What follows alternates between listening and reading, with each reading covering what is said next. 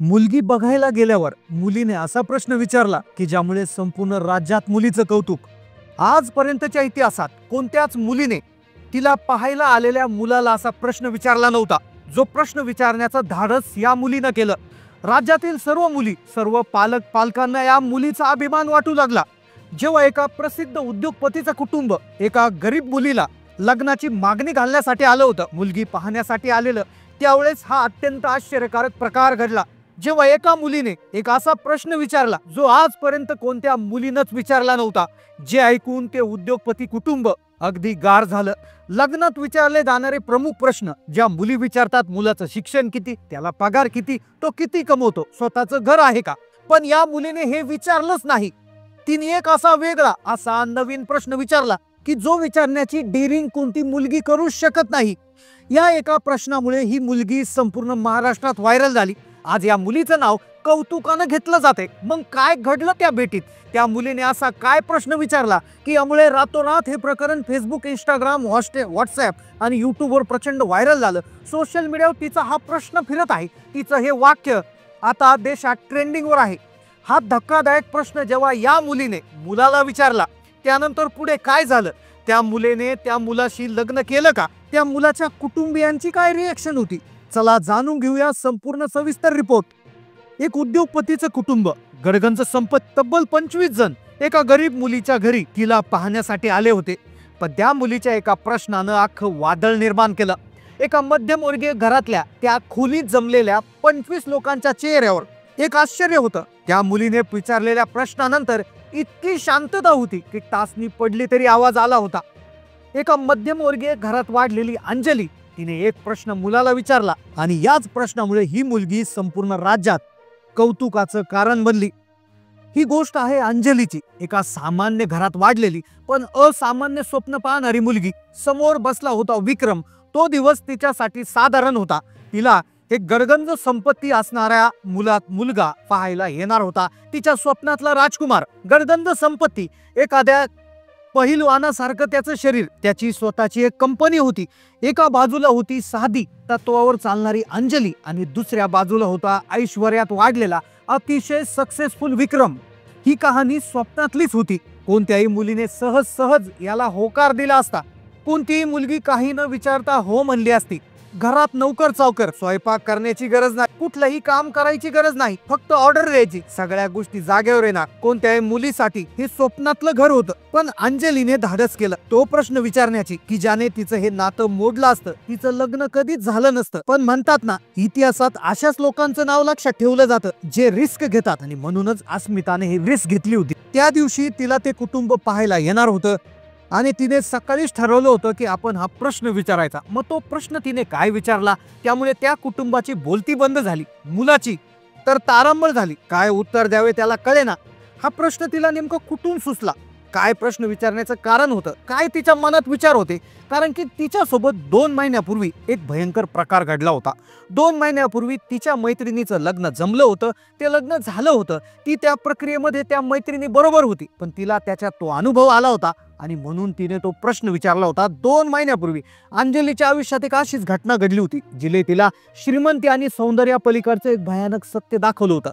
तिच्या जिवलग मैत्रीण स्नेहासोबत असंच घडलं होतं। अंजलीने आज एवढं मोठं धाडशी पाऊल उचललं होतं, हा प्रश्न विचारला होता। तिने 2 महिन्यापूर्वी तिच्या मैत्रिणीच्या लग्नात घडलं होतं, त्यावरूनच तिला ही आयडिया आली होती आणि म्हणून तिच्या आयुष्यात अडचण येऊ नये म्हणून तिने हा प्रश्न विचारण्याचं धाडस केलं होतं। आता तिने तो प्रश्न काय विचारला, त्या प्रश्नाचं उत्तर पुढून काय आलं, काय तो प्रश्न होता, का संपूर्ण महाराष्ट्रामध्ये आश्चर्याचं वातावरण निर्माण झालं, सगळं काही समजणार आहे। पण आता आपण परत एकदा त्या दिवसात येऊया। तो दिवस अत्यंत आनंददायी होता, जिथे समोर बसला होता विक्रम, ज्याची शरीर यष्टी एखाद्या पैलवानासारखी, चेहऱ्यावर करोडोंची चमक, घरात गडगंज संपत्ती। अशा मुलामध्ये नक्की काय कमी असू शकतं? पण अंजलीला संशय वेगळाच होता। तिच्या मनात काहीतरी वेगळंच होतं, जे इतरांच्या नजरेतून सुटलं होतं, पण अंजलीला ते जाणून घ्यायचं होतं। अंजली एका छोट्याशा चाळीतल्या 2 खोल्याच्या घरात तिचं जग सामावलं होतं. वडील एका फॅक्टरीत कारकून, आई शिवणकाम करून घराला हातभार लावायची. परिस्थिती बेताची होती, पण संस्काराची आणि शिक्षणाची श्रीमंती त्यांच्या घरात होती. अंजलीने मोठ्या कष्टानं बी फार्मसीची पदवी मिळवली होती. ती हुशार होती, पण ती आईपेक्षा जास्त ती स्वाभिमानी होती. तिच्या साध्या डोळ्यांमध्ये एक असामान्य स्वप्न होतं. तिला असा जोडीदार हवा होता जो तिच्या पंखांना बळ देत, तिला समजून घेत. तिला माहिती नव्हतं की लवकरच तिला एक असं स्थळ येणार आहे जे तिच्या स्वप्नांची, तिच्या तत्वाची सगळ्यात मोठी परीक्षा घेणार होतं. विक्रमचं स्थळ जेव्हा अंजलीसाठी आलं तेव्हा तिच्या आई वडिलांना तर क्षणभर विश्वासच बसला नाही. आई म्हणाली, अहो ऐकलत का? आई वडिलांना म्हणाली, पाटील मध्यस्थांचा फोन आला होता. शहरातले सगळ्यात मोठे उद्योगपती, त्यांचे चिरंजीव विक्रम यांचं अंजलीसाठी यांनी मागणी घातली आहे. जेव्हा विक्रमचं स्थळ आलं होतं तेव्हा त्यांच्या घरात एक आनंदाचं वातावरण निर्माण झालं होतं.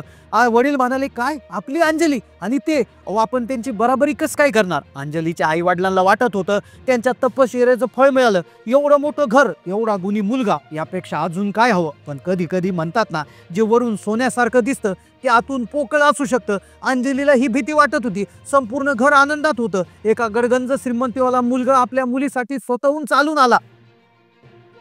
पण अंजलीच्या मनात दुसरी शंका होती, कारण की अंजलीच्या मैत्रिणीच्या आयुष्यात 2 महिन्यापूर्वी अशी भयंकर घटना घडली होती आणि ज्यामुळे अंजलीला आता भीती वाटू लागली होती. एकीकडे घरात पाहुण्याच्या स्वागताची तयारी सुरू होती, तर दुसरीकडे अंजलीच्या मनात विचाराचं वादळ घोंगत होतं. ती स्वतःला तयार करत होती. त्या दिवशी विक्रम तिला पाहायला येणार होता, पण ती अशा एका प्रश्नासाठी तयारी करत होती की तो प्रश्न विचारल्यावर नेमकं काय होईल असं तिला वाटत होतं. कारण की 2 महिन्याआधी अंजलीची जिवलग मैत्रीण स्नेहा, तिचं लग्न ठरलं होतं. तिचा पाहायला मुलगा आलेला जो सॉफ्टवेअर इंजिनियर होता, अमेरिकेतून नुकताच परतलेला होता. घरचे गर्भ श्रीमंत, सगळं काही स्वप्न होत होतं. पण त्यावेळेस स्नेहा म्हणाली होती, अंजू बघितलंस का किती छान आहेत ना ते? म्हणाले, लग्नानंतर मला अमेरिकेत घेऊन जाणार. माझं नशीब फळफळलं बघ.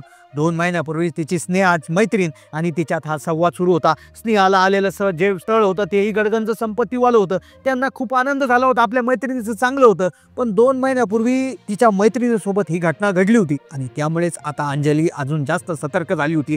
स्नेहाच्या बाबतीत सगळं स्वप्नवत होतं. कोणाला विश्वास ठेवता येणार नाही इतकं सुखात तिचं चालू होतं. राजकन्येसारखी ती सासरी गेले. सुरुवातीचे दिवस खूप आनंदी होते, पण एका रात्री अंजलीला स्नेहाचा फोन आला. स्नेहाचा रडका आवाज. ती म्हणाली, अंजू मी फसले, माझी खूप मोठी फसवणूक झाली. अंजली म्हणाली, स्नेहा काय झालं नीट सांग. लग्नानंतर 2 महिन्यानंतर असं काय घडलं की हट्ट्या खेळत्या स्नेहाचा एका रात्री कोमेजून गेलेला आवाज आला. पैशाची कमी नव्हती, सासरी लोक चांगली होती, पण अडचण नेमकं काय झाली होती? स्नेहाच्या बाबतीत काय प्रकरण घडलं होतं ज्यामुळे अंजली आज त्या मुलाला तो प्रश्न विचारणार होता?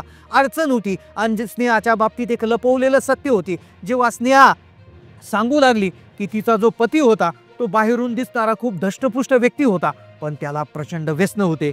त्याला माहिती नव्हतं, पण त्याला कॅन्सरचा जो आहे आजार जडला होता.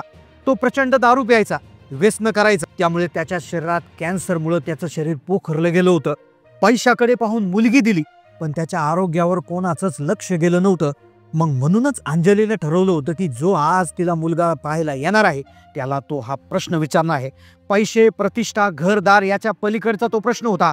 बाहेरून दिसणारे पैसे पाणी असतात, पण आरोग्य ही त्याच्यापेक्षाही महत्त्वाचं होतं. म्हणून अंजलीने तो निर्णय घेतला होता आणि ती तिच्या आयुष्याचा जोडीदार निवडताना समाजाच्या नाही तर तिच्या स्वतःच्या अटींवर त्या ठिकाणी लग्न करणार होती. आणि अखेर तो दिवस उजाडला. 25 जणांची एक मोठी त्या ठिकाणी फॅमिली त्यांच्या घरात बसलेली होती. विक्रम तिच्या समोर होता, अंजली त्याच्या समोर बसली होती. प्रश्न विचारले, अंजली तू काय केलं, कसं शिक्षण केलं, सगळे प्रश्न नॉर्मल विचारण्यात आले. त्यावेळेस तिला विचारलं की आता अंजली तू काहीतरी मुलाला विचार. सगळं काही सुरळीत चालू होतं. चहा नाश्ता झाला होता, जेवणाची तयारी पण त्या ठिकाणी झाली होती. आता मुलगी तो प्रश्न विचारणार होती आणि ज्यामुळे संपूर्ण घरात एक वादळ निर्माण होतं. संपूर्ण खोली शांत झाली होती.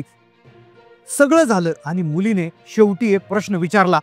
ती म्हणाली, मुलगा मला पसंत आहे, पण मी त्याला होकार त्याच वेळेस देईल की ज्यावेळेस तो माझ्या या प्रश्नाचं उत्तर देईल. मुलगी म्हणाली, सगळं काही व्यवस्थित आहे, पैसा पाणी आहे, सगळं आहे, आमच्या जन्मकुंडल्या देखील चांगल्या प्रमाणे मॅच होत आहे, पण मला विक्रमचा हेल्थ रिपोर्ट लागेल, मला विक्रमची आरोग्य तपासणी करावी लागेल. मी आणि विक्रम जेव्हा आमच्या दोघांची वैद्यकीय तपासणी करून एकमेकांना रिपोर्ट्स देऊ त्यानंतरच मी माझा अंतिम निर्णय देईल.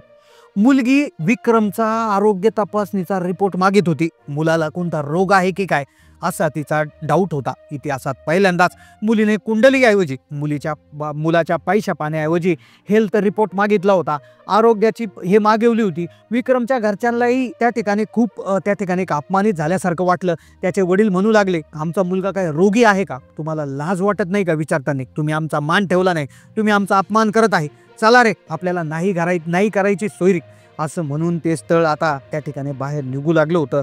5 मिनिटं घरात सगळी शांतता होती. अखेर मुलाचे जे घरचे होते ते सगळे घराबाहेर पडले. मुलीची आई देखील अंजलीकडे रागानं पाहत होती. मुलीची आई म्हणाली, तुझ्यामुळे आता हे आजचं स्थळ जाणार. ते कुटुंब सगळं बाहेर गेलं, घराच्या अंगणात गेलं. पण मुलगा विक्रम तो अंगणातून त्या ठिकाणी मागे आला. तो तिला काय बोलणार होता याच्याकडे सगळं लक्ष लागलं होतं. विक्रम 2 मिनिटं पुढे गेला, पण तो जागेवर थांबला आणि लगेच मागे फिरला. आता त्याच्या चेहऱ्यावर राग नव्हता, पण एक वेगळेच भाव होते, विचारांचे आणि कदाचित आदरांचे. त्यानं सगळ्यांनाच थांबवलं. विक्रम काय बोलणार होता? अंजलीला चुकीचं ठरवणार होता की तिच्या धाडसाचं कौतुक करणार होता? अंजलीच्या या प्रश्नामुळे कथेचा शेवट बदलणार होता का? आता ते विक्रम तिथे गेला आणि तिले म्हणाला, अंजली, तू जे बोललीस ते ऐकून मलाही आधी राग आला होता, पण मी नंतर विचार केला, तू काही चुकीचं बोललं नाहीस. लग्न म्हणजे आयुष्यभराची पार्टनरशिप आहे. कोणत्याही पार्टनरशिपमध्ये पारदर्शकता खूप महत्त्वाची असते. मला अभिमान आहे की माझी होणारी पत्नी इतकी विचारी आणि धाडसी आहे. मी तयार आहे मेडिकल चेकअपसाठी. विक्रमच्या वाक्यामुळे त्या वातावरणामध्ये एक सकारात्मक बदल दिसून आला. आता विक्रमच्या घरच्यांनाही विक्रमचा अभिमान वाटू लागला आणि अखेर त्या दोघांनी आरोग्याची तपासणी केली. किरकोळ रक्तामध्ये हिमोग्लोबिनची कमतरता असल्यामुळे डॉक्टरांनी दोघांनाही वेळेवर जेवण्याचा सल्ला आणि तुम्ही लग्न करण्यासाठी एकदम फिट आहात, तुम्हाला कुठलाच आजार नाही असं डॉक्टरांनी सांगितलं. आणि अखेर त्या मुलीने लग्नाला होकार दिला. लग्नात विचारलेल्या या प्रश्नामुळे, या नवीन अटीमुळे हे संपूर्ण राज्यात हे प्रकरण व्हायरल झाले. तुमचं काय मत आहे या गोष्टीवर नक्की कमेंट करून कळवा. चॅनलला नवीन असाल तर सबस्क्राईब करा. धन्यवाद.